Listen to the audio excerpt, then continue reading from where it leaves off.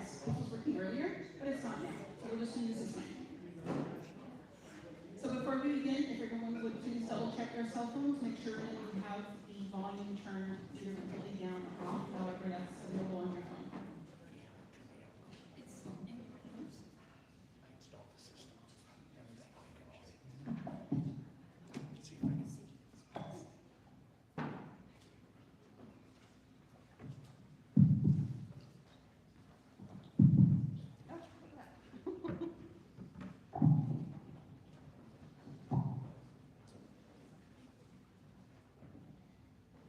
Okay, so the candidates will each have 2 minutes to introduce themselves, and we're just going to get right to it. You'll see how the flow of the evening is by watching.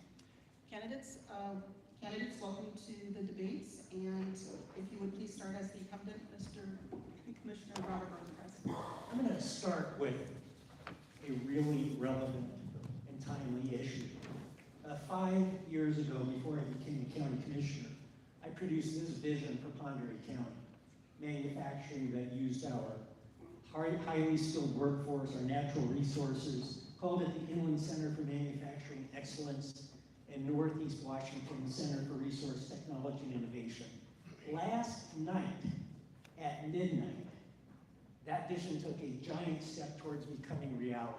House Bill 6644 is called the Road to Housing. It's a federal bill. It passed 396 to 13 in the House, 85 to 5 in the Senate.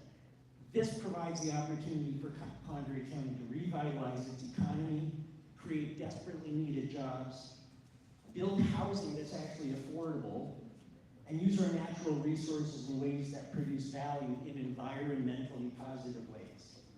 Title III of this House Bill 6644 is called Manufactured Housing for America. And manufactured housing really holds the key to creating affordability. Prefabricated and modular construction is one of the keys to Pend Oreille County's resurgence. The Wolford Industrial Park is proposed 70,000 feet with access to rail. It's an ideal size. This is Cowlitz County that just got $100 million from private industry to do a different line of business. But in this document where I said $100 million, I wasn't kidding. So it is an amazing time of opportunity. Today's Wall Street Journal wrote, manufactured housing could lead to a revolution in the entry-level homes America needs most. Pend Oreille County can benefit from that revolution. I'm Robert Rosenkrantz, and I'm running for re-election to keep providing the strong leadership needed to turn this potential into reality. Thank you. Thank you very much. Brandy Warren, you have 2 minutes to introduce yourself. Are these just on? Yeah, you should be able to just hit mute.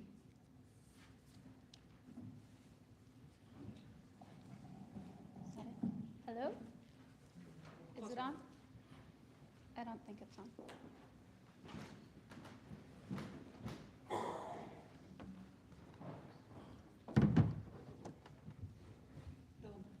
David actually installed it, so that's what Ooh, there we go. That's exciting. My name is Brandy Warren.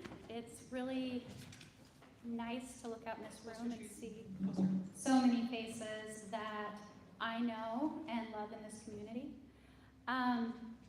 We have a lot of really great things to talk about tonight and a lot of questions that I know everybody really wants answers to and that you deserve answers to.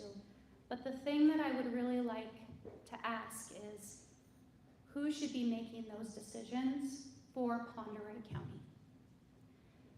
President Lincoln said that things should be of the people, by the people, and for the people.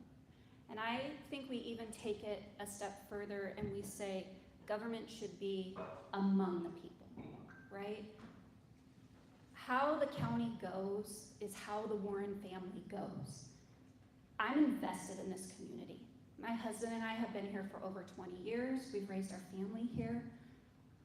If the county does well, we do well. We don't have an option to run away somewhere else if things don't pan out here. And that gives you a whole different perspective when you're talking about these issues and you're talking about the things that we have to do to provide for the future. When I vote on a road, it's because I drive on that road. If I vote on taxes, it's because I pay those taxes. Sorry, I'm not a politician, so I tend to talk from the heart, and sometimes I get around to where I'm getting eventually. But if we're going to be putting in regulations, we need to be putting in regulations that are regulations that we're willing to live under and that we're willing to support. And so that's what I really want to see come to Oreille County. Thank you.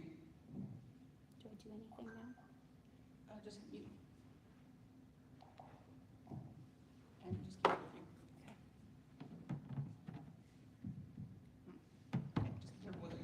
Okay, this role requires attendance at weekly meetings, and both of you actually have businesses. Do you foresee yourself having enough time to be fully committed to the role of Oreille County Commissioner? And we'll go ahead and start with you. I think this is a great question and super valid, because anybody who knows most people in Oreille County is we tend to wear a lot of different hats, right? It's hard to have all the things that we have with the limited amount of people that we have that live here. I have always been super involved in our community, and I'm going to continue to do that. I have worked really hard to get our businesses to a place where I don't work in my businesses anymore, I work for my businesses. And so that doesn't mean that I have to show up somewhere every day at 9 o'clock anymore. That allows me the ability to be able to commit to other things that are important. This is a full-time job. It should be treated as though it is a full-time job. We do by showing what we do. And I go to every county commissioner meeting. I go to city hall meetings. I go to meetings at the port. I go to meetings at the weed board. I go wherever things are happening that are going to involve this county, because I think showing up is important. Showing up in person and being part of those conversations is how we bring good knowledge to that decision desk when we sit there on Mondays and Tuesdays. So as far as being available, I'm available. One quick follow-up, are you also available to travel outside the county? Oh, yeah, I can travel outside the county at a moment's notice. I see no reason why we can't be present everywhere. We shouldn't just be present here. If things are happening in Olympia that affect us, we should have a seat at the table. 15 seconds. If things are happening in Washington, D.C., we should have a seat at that table. We need to do everything we can to bring Oreille County forward. Thank you. Same question to you, Mr. Commissioner. Among the people, I'm the person who doorbelled 2,000 homes last election, and I'm on pace to do almost 2,000 homes, maybe more this election. So if you want someone who lives up to the guiding principle of the real power in the county is not in the commissioner's room or where these meetings occur. And by the way, over the last 5 years, my attendance record at county commissioner meetings is 100%. I've never missed one. I've made 100%. The real power in the county is in your living rooms, at your kitchen tables, and at your front doors. I have lived that every day. Now, regarding outside interests, I'm not exactly sure what Sonia was referring to. I made a promise 5 years ago that if I were appointed a county commissioner, I would give up my managing broker's license in real estate. I had had that for 34 years. I gave it up. I sent it back the day I was appointed. My wife runs our business on the west side. I have this much involvement. She runs it. She's a highly capable businesswoman. Regarding among the people and going to meetings, that's all important. The key, though, is bringing the perspective to every meeting of what the people want. Transparency doesn't mean giving people little bits of information along the way. And I have fought this battle every day at the county commissioner's office. It means giving people real access in real time to information and to embracing their input, seeing it from their perspective, not holding them at arm's length. I bring that perspective. I will continue to bring that perspective. Being someone who takes 15 public seconds. servant seriously is what I do. Regarding going to Olympia, I've gone to Olympia twice. Septic issues, won that battle. No one else in the state would have. And on Newport Hospital, we're working on that. Thank you. Perfect, Tanya. What is the biggest economic hurdle in our county? Do you have a plan?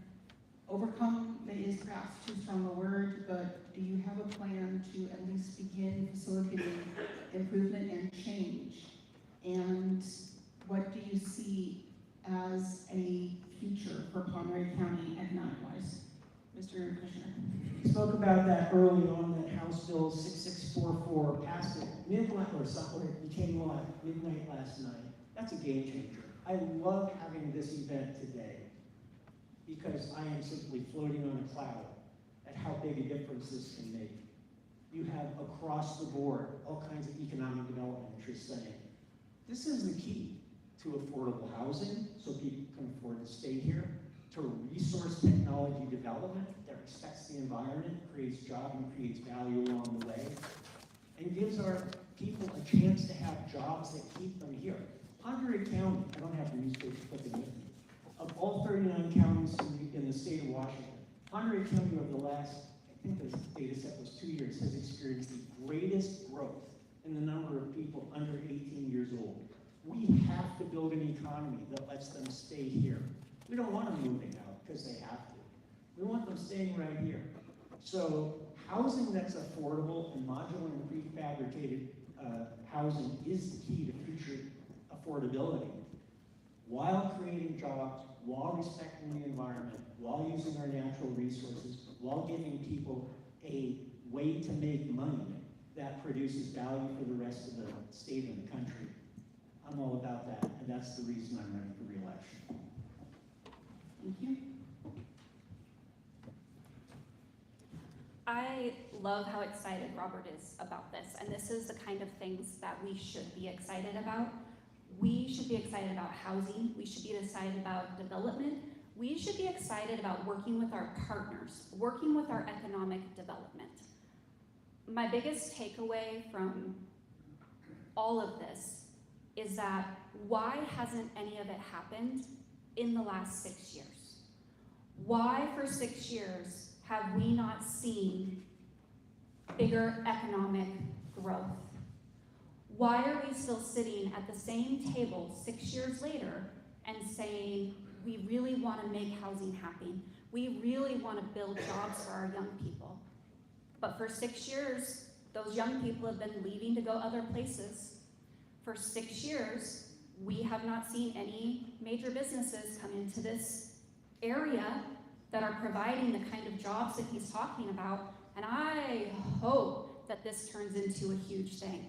But these relationships that we've been building with our port, with the tribe, with everyone who has to be involved for things this scale to happen, these are the relationships that are going to make and break this. Just because you have a law doesn't mean that it goes well. And we should have been doing this years ago. Are we gonna get time? Yes, starting now. Oh, we have been with the doing back it. and forth. We have been doing it. This is the Economic Development Committee's progress report. And while I have my disagreements with them, I've been fully committed to their success. This is the scorecard. We've done a lot over the past few years. I'll give you an example of how long things take. This was an assemblage, a real estate deal in King County. It took me 18 years to get this done. And will have profound impacts for King County in the long run and affordable housing.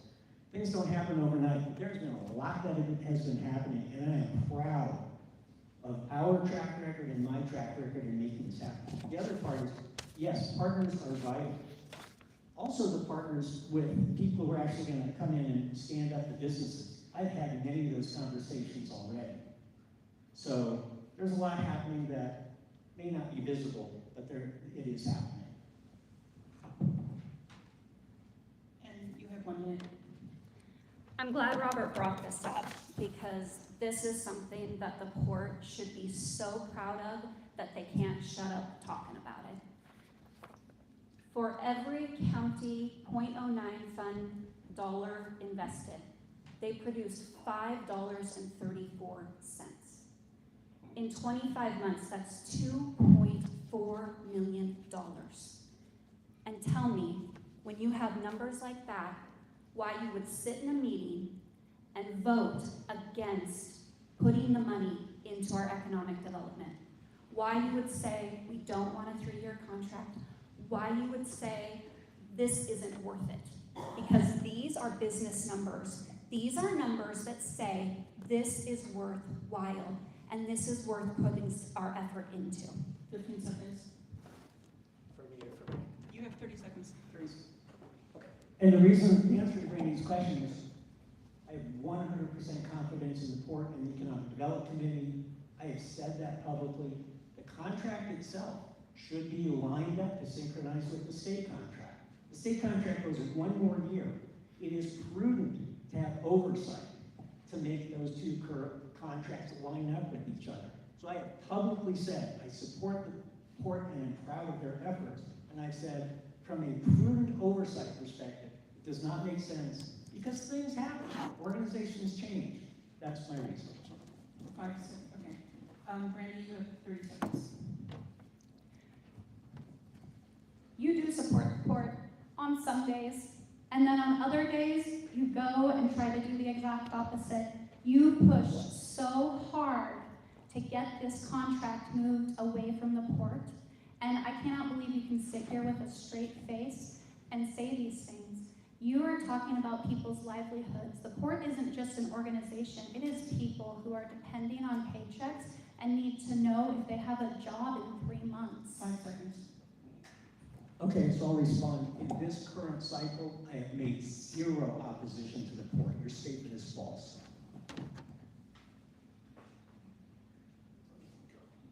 Okay, so you just took 15 seconds. You get the 15 seconds, and then we're going to close that topic and move on to the next question. Robert, I sit in on every county commissioner meeting, and I see the things that you say. I see when you ask about things that aren't on the agenda. I see when you try to talk people into going back on votes that have already been decided. So you can say what you want, but there's record. Thank you to both candidates, and we're going to move on to the Public Disclosure Commission website. For the audience, that's pdc.wa.gov. Donations and their donors and the amounts are readily, visibly available for anyone who is running for office, including self-funding, etc. How do you plan to ensure that your decisions in office remain impartial to your current or future donations? And what power does the position that you seek, in this case county commissioner, what power do you actually have as a single commissioner to affect anything in office? So the first question is, how will you remain impartial? And secondly, what can you actually do alone without the rest of your board? And I'm sorry, I forgot who was actually answering. I think it's your turn, Mr. Commissioner, to answer first. The short answer is character. I mean, I've stood up on principle for many ideas and against people that are supporting me because I thought it was the wrong thing to do. I've been tested. I've never given in on a matter of principle because someone might be supporting me because they'd be disappointed in the result. And I will continue to stand on character. If people want to give me money, it's fine. If they don't, it's fine too. It will ultimately not make a difference in how I view the situation or how I act on it. What was the second part of the question? Thank you. What powers do you have to affect anything as a sole voting member of the board, because you are a 3-person board? I've always lived by the motto that one person with courage makes a majority. And I tried to bring courage to the county commissioner position. I have gotten votes from my fellow commissioners on difficult issues, not always, but a significant portion of the time. So one person does have the ability to affect change. Regarding Brady's comment about asking hard questions, I plead guilty. I do that all the time. A lot of people don't like it, especially especially people who are used to not getting asked hard questions. We do not serve the people well if we are not probing for the reasoning behind their decision making.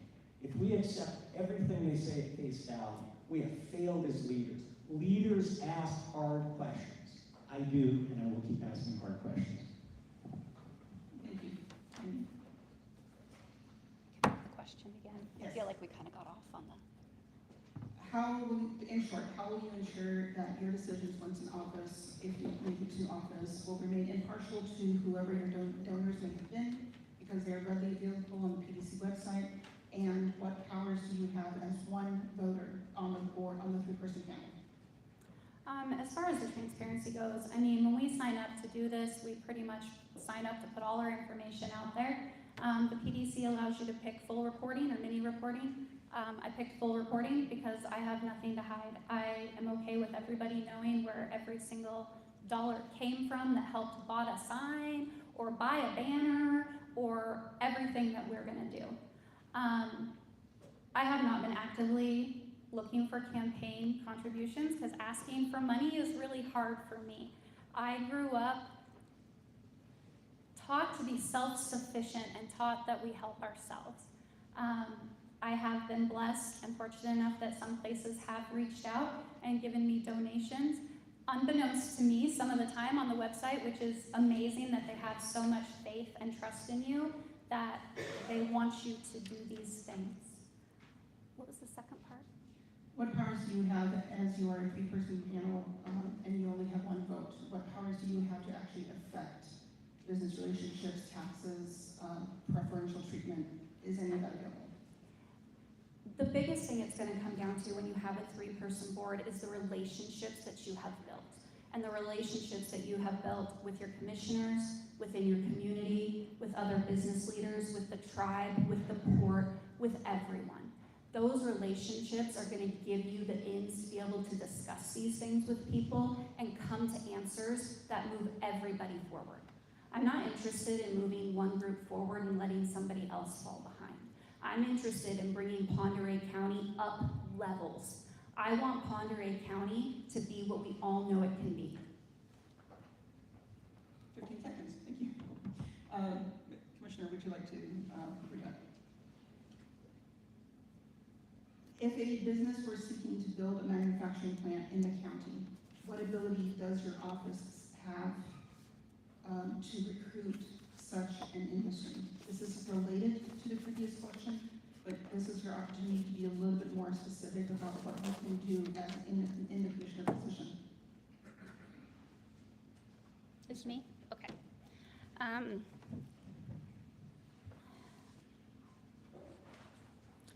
A county commissioner isn't going to build a manufacturing plant, but a county commissioner can have influence over things coming to our area.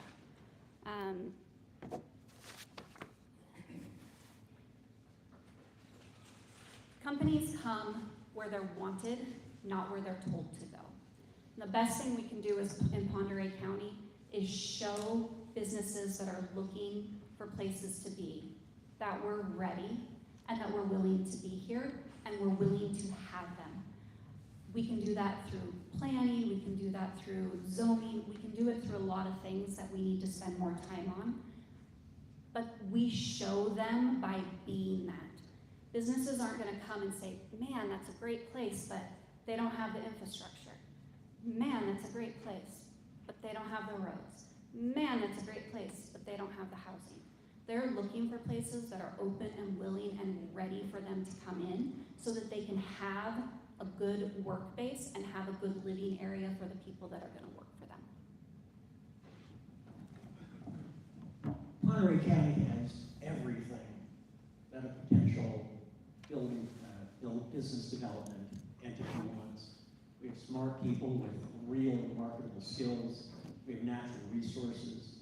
With the Wilford Industrial Park, we will have a 70,000 square foot facility that can house that business. If we sell it properly by having the other ingredients, which is infrastructure, roads, I'm the roads guy. Rail is not my thing, but the port does a great job of managing the rail line.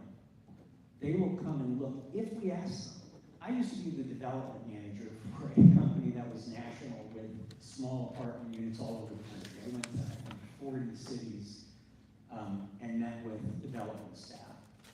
You can tell where people want you. I've already been talking to potential housing manufacturers for the past few months as House Bill 6644 was working along. And I'm teed up and ready to go Monday to start making those calls to say, hey, I know it's early. Let's keep talking. Come visit Oreille County. I'm pretty good at getting people to come to Oreille County too to visit. I'll keep doing that. So what can we do? Make them feel welcome? Absolutely. Say the potential is here for your business to scale and produce value and make money. Would you like more done? Will you have the ability to influence or even direct other elected officials in office when you are in office?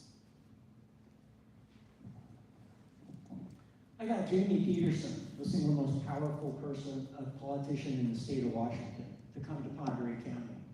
And it wasn't just to look around. It was to build a relationship that resulted in our having the kind of agreement with him to do things that would benefit us. What did that result in? It resulted in Jamie Peterson, the Senate Majority Leader in the state of Washington, a Democrat, agreeing to co-sponsor in the Senate legislation that was needed for Newport Hospital.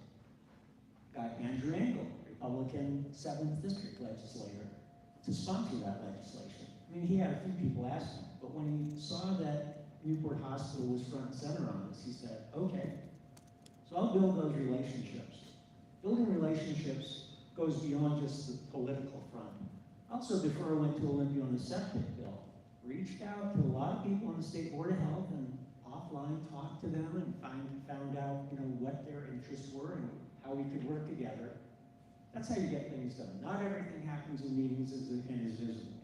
I'm pretty good at making that happen. Thank you.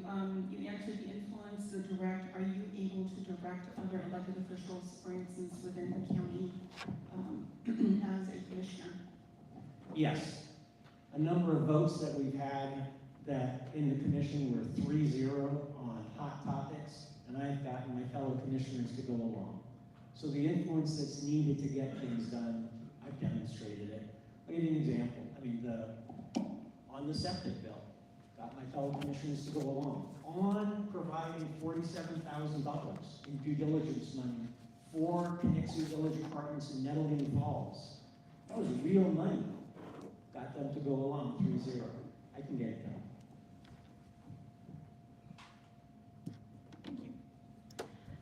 As far as influencing other elected officials,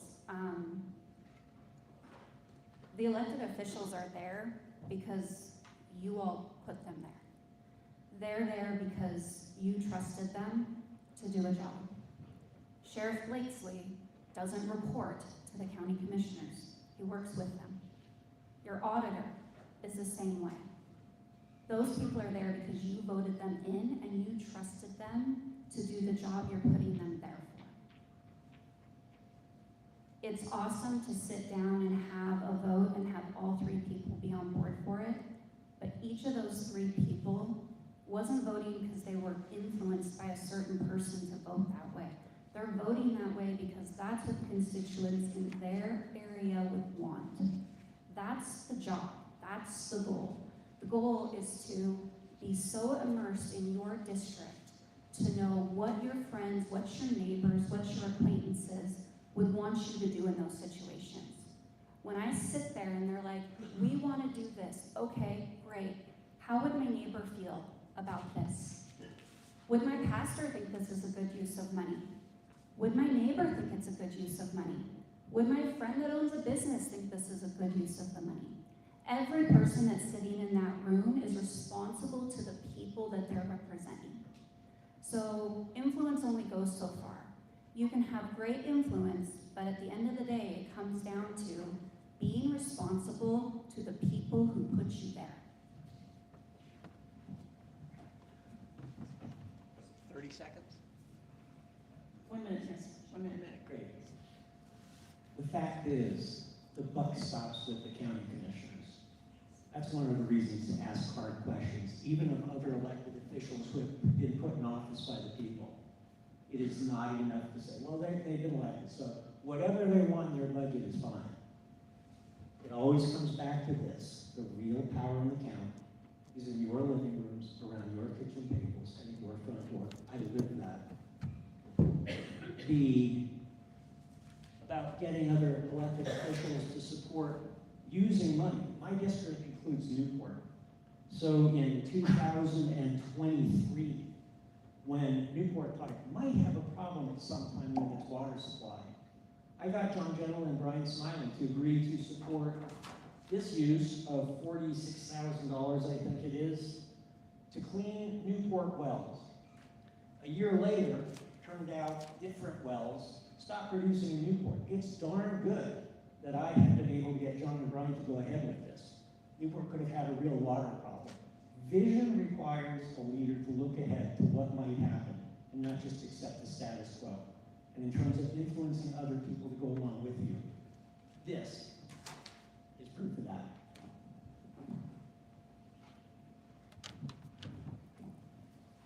I just can't help but coming back to, I would assume that if I was sitting on a board with 2 other commissioners, that they would also look at each one of those things and say, do I have to be influenced, or am I just gonna do what's right?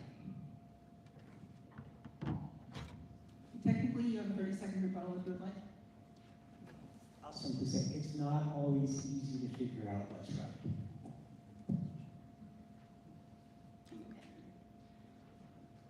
Please detail your specific experience with analyzing county scale or county-wide budgets and managing significant public debt.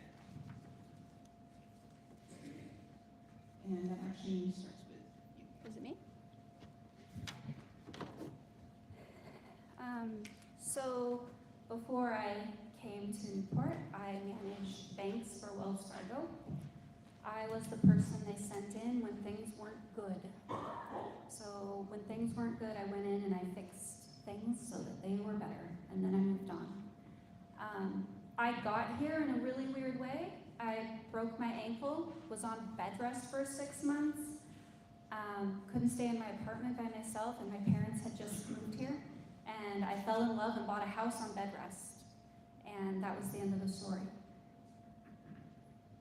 Being a small business owner, you learn about budgeting, you learn about debt, you learn how to leverage things. You learn that when you make a decision, you live with that decision. You can't hide from it, you can't get away from it. And the county budget, yes, it's on a different scale, but the principles are the same. We're responsible to the people who pay that tax money to do the very best with it that you can. That's the stewardship of being in that position.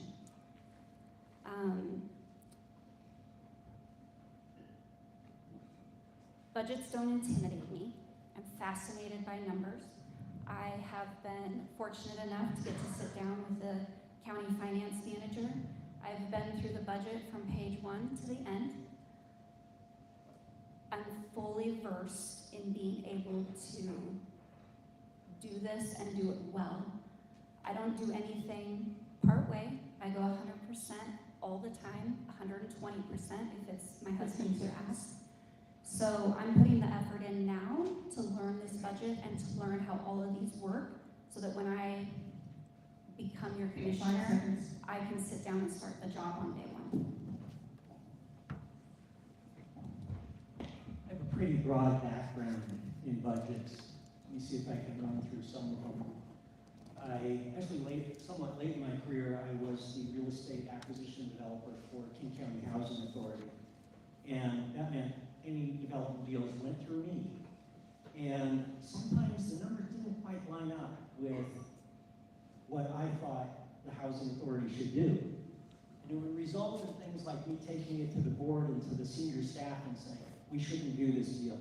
And the political influences would be, well, we're doing this deal. And then I would say, I'm not signing off. And they'd say, well, your job's on the line. And I would say, okay, that's fine.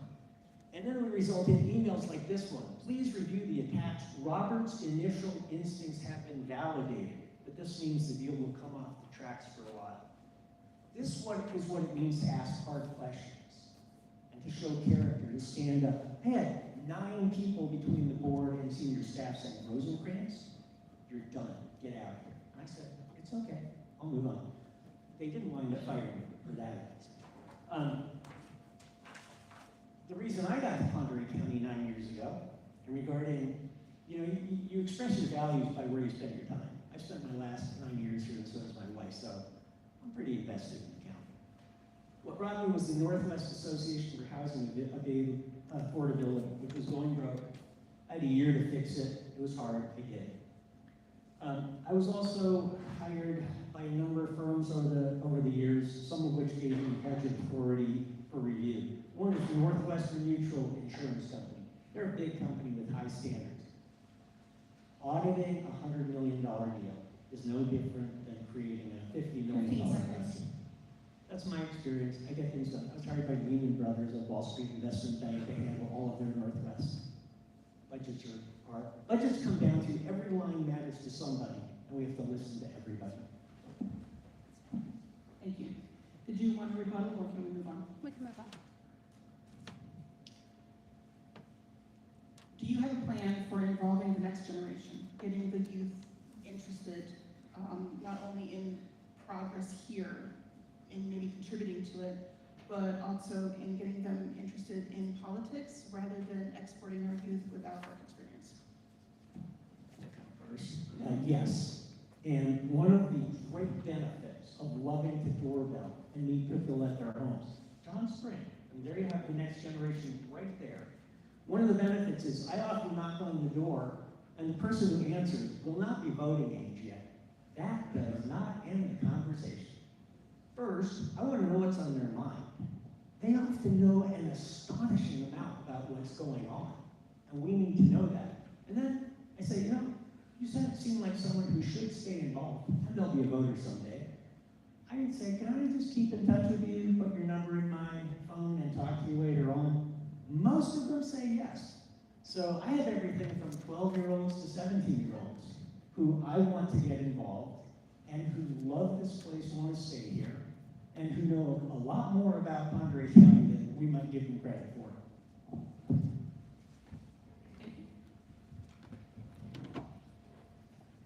I look at this from a unique position. As a business owner, I employ these kids. I am oftentimes their first job. I am the first person to teach them how to follow a schedule, how to budget, how to go to the bank, get a bank account. And that is a huge responsibility and something that I love. I love getting to be involved with these kids from the beginning and helping them see what's out there. We have a ton of opportunity in our county. I mean, we could have a youth advisory committee that worked with the high school age kids, the college age kids, that met with commissioners, that met with our auditor. We have the ability to do a ton of things to involve kids, but nobody's ever done it. John Spring knows. He has been involved for a really long time, and his involvement came from being curious and from seeking the information out. But wouldn't it have been great if there would have been something for you to join? Some club that was focused on it, somebody leading the way and saying, hey, this is what we can do to benefit you. When I was in high school, we had the young Republicans, the young Democrats, we even had the young independents. I mean, we had places for kids to gather and to learn how the politics worked and to learn how to be educated voters. And there's no reason we can't bring that back to Oreille County. I do it with my own kids. They might tell you they like it some days and they don't some other days because I force them to be involved in these conversations. None of them are, well, one is now voting age, the other two are not. But when they get to that place where they're able to cast a vote, they are going to know how to be analytical, how to listen to things, how to think for themselves, and not just believe the facade that they see. They're going to know that they can think for themselves and analyze what's really happening and make the best move they can for their community. Did you want to give a rebuttal or move on?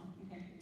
We have 3 questions left tonight for this debate. There are index cards in the back. If there are any questions that you thought of now that had not been submitted, by the way, I just want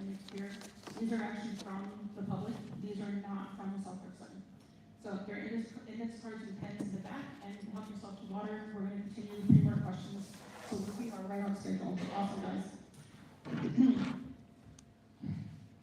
What are your feelings on data centers? How much economic impact have they made in our county?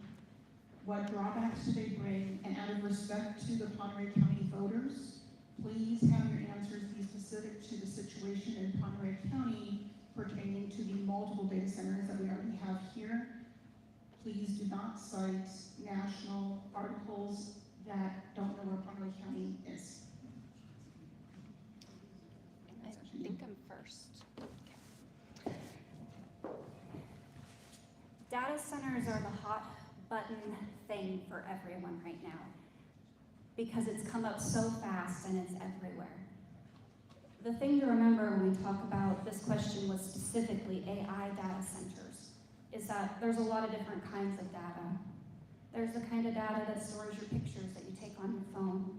There's the kind of data that's creating things. There's a lot of different kinds. We have 5 different data centers in Pomeroy County.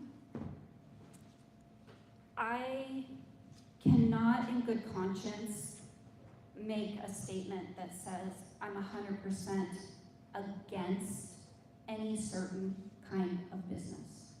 I don't think that's a prudent way to make a decision. When you evaluate business coming into the county, you're evaluating it on, does it leave Pomeroy County better than it found it? Does it provide jobs? Does it hurt the environment? There's a lot of questions that we have to ask before we can make a blanket statement that says we just don't like McDonald's and we're not going to have that here. So I don't think it's responsible of us to get rid of something just because of the name. I think that we have to evaluate each and every situation, and we have to make appropriate zoning to make things go where we want it to go in our community. As far as the ones that are here, quickly, there's always been something that's at the center of the controversy. 15 seconds. It's been the cement mill plant, the mill, the newspaper. I mean, at one time, all of those things were the hot button 5 topics. seconds. And now we wish we had them back. I'm going to politely decline to follow your instructions on this question because it's important. This is my position. No data centers, no to data centers, yes to smart growth, vote for me. Randy raised a few good points. So, mainly no one's going to force the current businesses to close for data centers. What we're talking about largely are hyperscale data centers, very large. They are looking in Pomeroy County. Doorbelling tells me this. Because property owners who have big parcels along the transmission lines are saying, we're getting contacted. So this is one where leaders get in front of the issue before it's a problem. Waiting to try and fix a problem after it's happened is hard. Randy asked the questions. Does it create jobs? Well, no, the new hyperscale data centers don't. Does it hurt the environment? Well, yeah, they do. And does it cost ratepayers money? There's 4 pages here that you can read. All of these sources are credible sources. I mean, such as Microsoft, which expresses doubt about the sustainability of this electricity supply. McKinsey & Company, they're an investment bank, as is Goldman Sachs. I used to work for investment banks. They have 2 priorities. Their second priority is making money. Their highest priority is maintaining their reputation. You can always make more money. Once you lose your reputation, you don't get it back. So I would encourage you to read these 4 pages of very credible sources saying, hyperscale data centers, they're a problem. I don't want them in Pomeroy County. Are those individual quotes, or do you have the context of the articles or interviews in which they were given? Every article is linked. I mean, you can find literally can't hear you. Oh. You can find it. I mean, all the high headlines of the articles are there. You can go in. I mean, they didn't write one thing and then say another in another place. Okay, if you can send that to me, I'll include it with the coverage of this here. Okay. So you will email it to me. You're gonna can type that. I can email it to you, yes. Okay. Did you want a rebuttal? Yes. The AI, nobody addressed part of the question, so I want to use my rebuttal time to go over that. Robert said that, they don't bring a lot of jobs. I would guarantee you that if you got the people in this room today that are currently employed at the 5 that we have here, they would tell you that their jobs are important, that their jobs are providing for their families, and that just because there might not be thousands of those jobs, that those jobs are valuable to them. As far as the economic impact, for the ones we have here, since 2022, the schools have received over $350,000. Fire has received over $350,000. The library has received over $120,000. The hospital has received over $190,000. Pend Oreille County General Fund has received over $340,000, and our roads have received $375,000. And I know it's not all about money, but that's all money that we would have to come up with another way.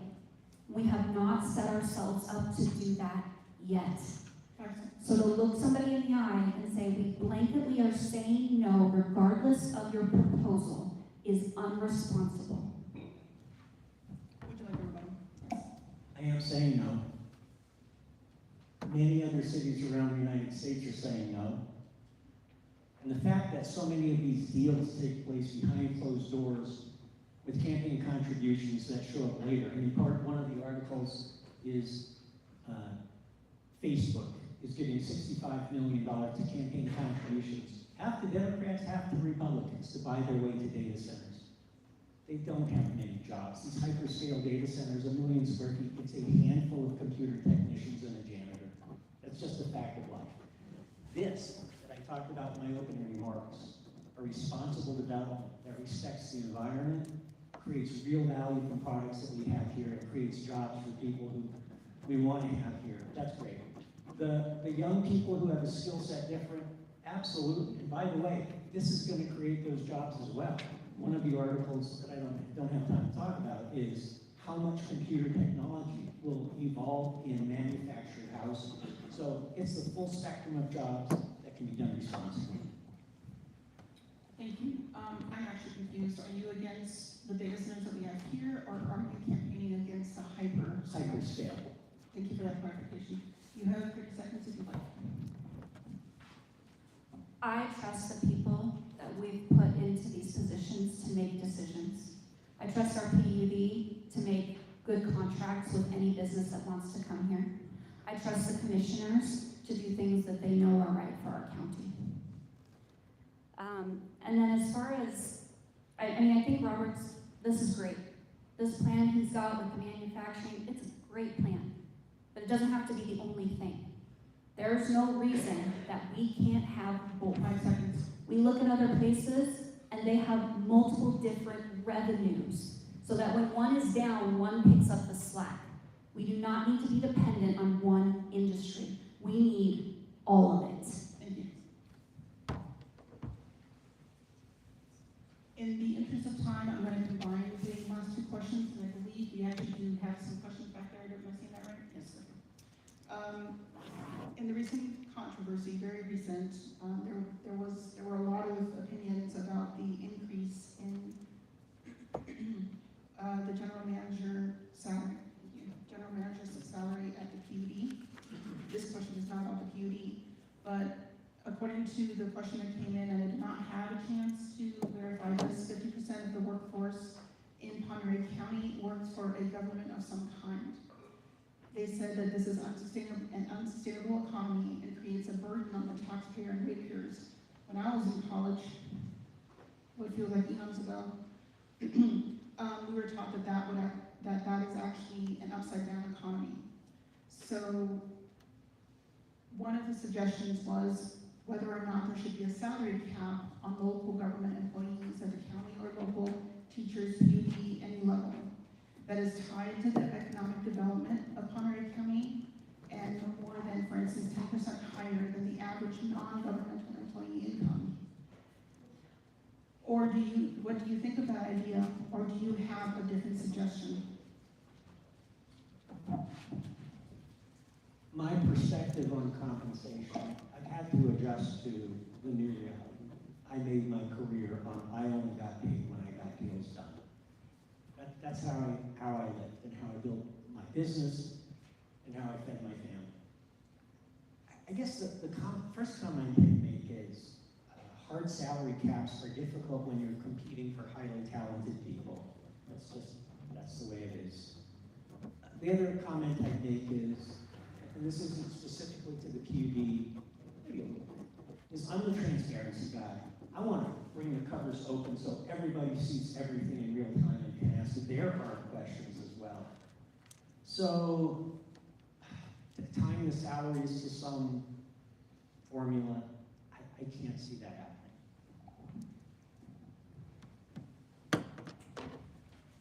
I like this question. I think this is probably one of my favorite ones tonight. It kind of looks at things from a bunch of different perspectives. And my initial perspective is that I don't have turnover in my businesses because I pay people appropriately and I treat them the way they deserve to be treated as human beings, not just employees.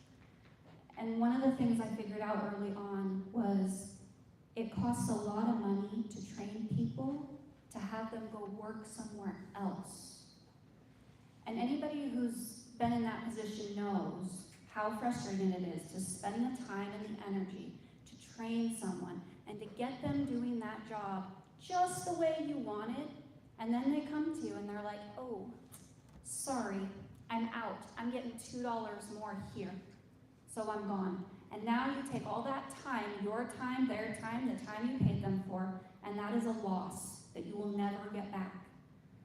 So, do we have a lot of government employees in this county? We sure do, because we don't have any industry, right? If we had industry, that number would balance out and we wouldn't be in this situation. So I don't think it's fair to say we're necessarily tying the cap to economic, but kind of we are. We're saying we want to pay the people who work here better. We want to pay our county representatives, our county workers, our road crew, our counseling services. We want to pay these people what they're worth so that they don't go to Spokane, so that they don't go to Portland. And we can do that if we bring the industry in and we set ourselves up to have income coming in and enough people living here that balances that out. Yeah, Brandy makes some great points. We, county commissioners, maybe a year ago, instituted a sort of a skill development plan for the road crews. So if you demonstrate capacity to get things done at a higher level, you make more money. We're already doing that. And Brandy's absolutely right that we need to have private sector jobs. By the way, I love that she said, Robert has a great plan. I'll probably be using that. But she's right. Well, I'm not a liar, so. So, since you made that statement, Sonia, may I ask Brandy a question? It's been on my mind at a forum that I was at, and I've gotten feedback from others. You made a statement about me that troubles me because I'd like to understand. You said that you were going to be the candidate and a commissioner who was committed to Ponderay County. That I might not be, because I want to be, quote, a senator. Where did you come up? You made that NIO at the Republican Party meeting. Where did you come up with that? I was making the reference, and it wasn't about you specifically, that I have no desire, and I have said this many places, I have no desire to be a senator. I have no desire to be anything but the best I can be for Ponderay County. I'm not doing this to create a political career. I'm not running for other things. I'm running because people have come to me with concerns and asked me to work for my county. I won't debate the point about whether you meant me, but you did mean me. And I will simply point out that in writing 2 years ago to the Newport Miner, when they asked me the same question, I said, no, I love being county commissioner. I have zero intention of ever running for anything else. So, there you go. track. Commissioner, that you would like to address directly? Address him directly. What? Turn it on as directly if you have a question that you would like to ask directly. No, I don't need to further that line. Okay, one of the questions from the audience is, do data centers welcome AI? And you begin with that. I didn't hear that. Do data centers welcome AI? I think the question is, and if the person in the audience wants to correct me, feel free, otherwise you don't have to. I think the question is, do the data centers in Oreille County, because we have several, are some of their clients the companies that are producing AI? I think that's the question, I'm not sure. My answer would be not that I'm aware of. Granted, I don't work for any of these companies. I don't know what exactly they're doing. My amount that I know is that the ones we have are not AI generating. The ones that we have are crypto or data centers. But that's, I mean, we would have to ask somebody a lot smarter than me to find that out. I don't know. If I answer that, I mean, if I ask that question incorrectly and you wish to submit a follow-up, please go to the back and we'll get that question in. Next question was, does having contact with 12 to 17-year-old children not seem like bad optics in the wake of the Epstein files and the videos of Mr. Peterson circulating on the internet? No, we stay at the front door. I talk to them. I make notes. That's it. I would like to say that in no way, shape, or form do I think that that would be a issue for Mr. Rosencrantz. He's never acted in any way that would make people think that that was inappropriate. Thank you. I don't really have anything else to say on that. And who has helped you the most to prepare for this debate, if that is even quantifiable? Have any of them been elected officials, and did they do it during, excuse me, during official time? Am I? Okay. My wife, we have been together for 47 years. She's my editor, my sounding board, my copywriter, my translator, because I sometimes don't think in English. And she has been the person who has, anything that is over on that table and that I put out, she goes through it word by word. So my wife, God bless her. Directly, no elected official has helped me. Indirectly, every elected official has helped me. Because we learn from everybody. Whether we agree with them, whether we disagree with them, whether they like us or the relationship is strained. My rule is to listen through anger and difficulty. Take the best that we can out of every conversation and out of relationship. And by doing that, they help us. So indirectly, yes. Thank you. I'm going to say directly and indirectly, yes. Since the day I registered, I have been sitting in every room someone will let me into. If you'll let me into a PUD meeting, I'm there. If you're going to let me into the finance office to talk to our finance manager, I'm there. Can I go to the auditor's office? I've been to the assessor's office. I've been to speak with the other county commissioners. I want to know all the things. I do not want to come into a job and be behind on day one. I want to know everything that I can. I want to know how everything functions, and I want time to put everything together so that I'm ready and prepared. I'm friends with most of these people. I mean, I was Glenn Blakesley's treasurer when he ran. I have, my son plays football for Marianne's son.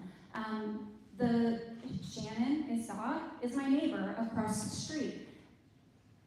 These are all people that have been in my life long before I decided to stand here, and these are people that will be in my life long after.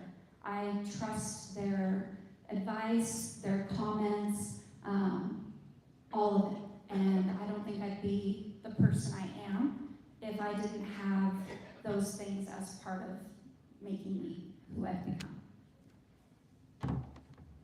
Is this closing statements or? Do we have any more questions, Doctor? No. Okay, yes, closing statements, 2 minutes. For the past 5 years, I've shown up both in meetings, 100% attendance record. and in people's homes, which, by the way, is the most fun part of the campaign and of the job. I have brought as much perspective to the job as I can. I have brought a set of guiding principles that the real power is in your living rooms and around your kitchen tables and at your front door, and I have lived that.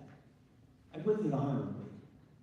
I'm asking for another 4 years because we are, as of midnight last night, on the crest of being able to put so much of what we, by that I give all credit to the court, having created as the potential for a real redevelopment of the economy in Oreille County. Relationships are everything.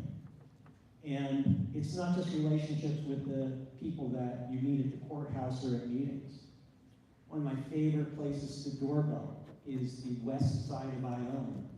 People who have lived genuinely hard lives, a lot of combat veterans with PTSD, forming relationships with them, it's hard. They don't trust anybody at first. But after about the third time you show up at their door, they'll talk to you.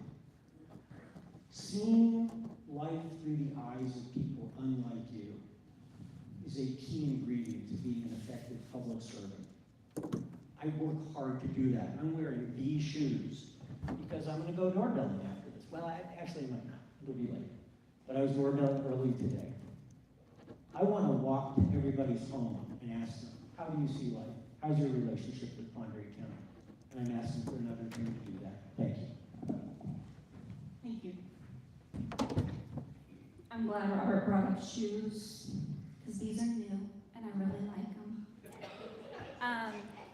Shoes is kind of a funny thing for me. I showed up to Wolford Park to walk the trails the other day, and when I got there, Gretchen looked at me and she goes, "Oh, are you going to do that in no shoes?" And I said, "You should see the things I can do in these shoes." Okay? I want to thank my husband for being such a supportive person and my kids. When you decide to run for an office like this, it becomes a family affair. They help set up floats, they help take down floats, they help set up tents, they help take down tents. They walk door to door with me. It is so amazing to see your family stand up for you and say, we believe in you, and we believe that you're going to make where we love better. I want to thank everybody for coming today. I know that giving up the middle of your Saturday in the summer is not an easy thing to do. I'm sure we would all like to be out on the boat, out on the water, doing fun things. But the fact that this was important to you speaks volumes to the two of us sitting here. I think my closing statement is that fear is not an economic development strategy. I don't want to look at this from a place of fear. I want to look at it from a place of opportunity and remind every single one of you that we have the opportunity to fix what's broken. I think that's all I have. I hope that after the PUD commissioners are done that I will see some of you at the street dance that's happening. They've got the Sidewalk Cafe, has the road closed off, they have a band. It's going to be a good night. So if anybody doesn't have plans after this, that's a good way to be.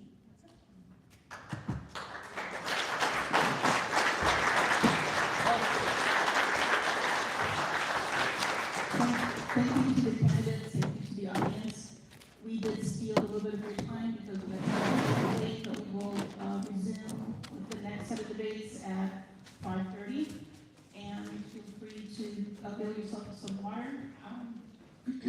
I'm pleasantly surprised with the turnout, so I actually didn't quite buy enough water, but I apologize. The candidates also have informational packets over here on the side, and I'm Sonia Scott there,